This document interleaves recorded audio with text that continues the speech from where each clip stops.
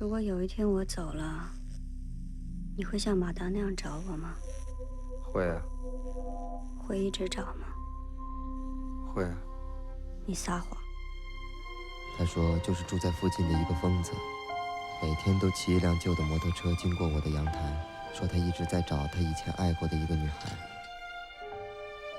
Hello everybody and welcome to Amphlett Reviews, and today we're talking about a Chinese mainland film co-production by Germany. This is Luay's Shuzhou River, which is getting a brand new Radiance release later this year in March 25th, I believe, in the UK. This is a very hidden, very quiet film. It's got a little bit of attention recently due to a brand new 4K transfer that's been kind of put together and color graded quite recently and getting an official brand new Blu-ray release. And it's also available on some of the streaming services right now to watch on a 2K scan, which I watched last night, which was very, very good timing because I was very curious to see what the film was. I never heard of it before and I was very fascinated. Shuzhou River, getting straight into it and kind of keeping this one light and fluffy and keeping this very short because it's a very specific type of film, is a really breathtaking movie.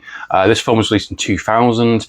It's from a director that is very generational. He does very specific types of movies, talks about specific kind of topics around kind of love and loneliness and kind of the state of kind of like the country's in. This film is mainly shot in Shanghai within China, and it's got a very specific type of style and look to it and cinematography, and there's a lot of positives I want to say about this film straight off the bat. And this is going bold to say this is like the best Wong Kar-wai film he never made. Essentially, this is absolutely breathtaking. It is a hour and 20-minute film, very short film, straight to the point. And it kind of sucks you into this kind of narrative, this story, straight off the bat. It has two brilliant leads, which really captured the film. And what makes this film so unique and so kind of special and engaging for an audience member, at least for myself anyway, outstanding kind of cinematography and kind of perspective on terms of the techniques used for a kind of similar language. Its similar language for the film is very interesting. It is a point of view kind of movie for a good portion. It is a character that is reading a love story within a kind of news article.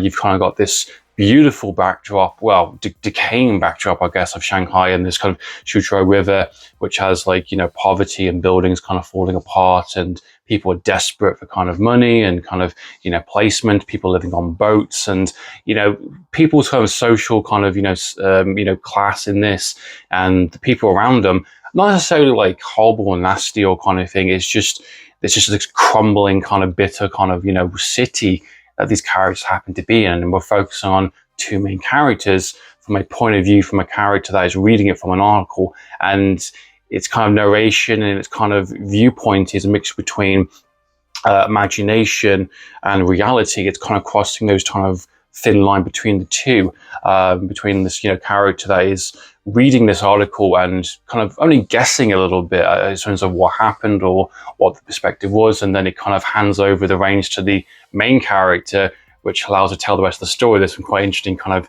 techniques used with these, like, I only know up to this point, but maybe I should hand it over to our main character to tell the rest of the story. And it's interesting. It's very fascinating how it kind of wants to use its sort of cinematography language with its kind of POV shots and its kind of parallel storylines and cross cuttings and very interesting kind of editing. It's kind of got this almost kind of on the streets kind of feel kind of thing, almost semi-documentary.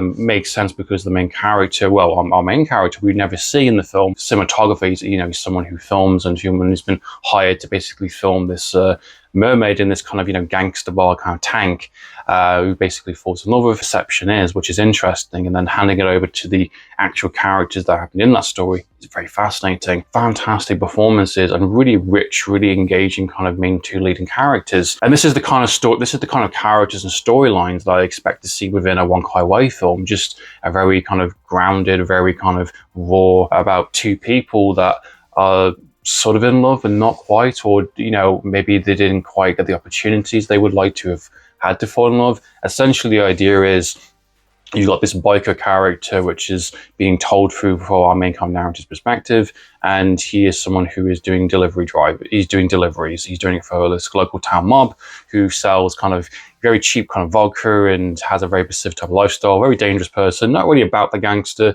but just about this kind of courier, this delivery driver, this kind of who's on a bike, who is very handsome, he's very cool, and just very down to earth. He's kind of keeps his mouth shut and he kind of hits it off with the women. But, you know, he's not a player or anything. He's just someone who does his job well. And he kind of befriends this woman, this quite young woman, who basically gets infatuated with him, essentially. And, you know, they kind of form a bond, you know, they sort of hang out a lot together. Basically, this is the gangster's kind of daughter, which, you know, she kind of falls in love with him, and he can't reciprocate that because obviously it's a bit weird, it's a bit strange, and obviously this is her first crush. She wants more, she wants very specific kind of things, and, you know, and he has to kind of keep his distance. He's trying to keep that line between professionalism and kind of, you know, intertwining kind of relationship, kind of at a good line kind of thing. And stuff happens, which I won't say during the film. Stuff goes wrong, and essentially she kind of jumps herself off a bridge and she vanishes. Her character is gone. We don't know what happened to her. And he goes to prison.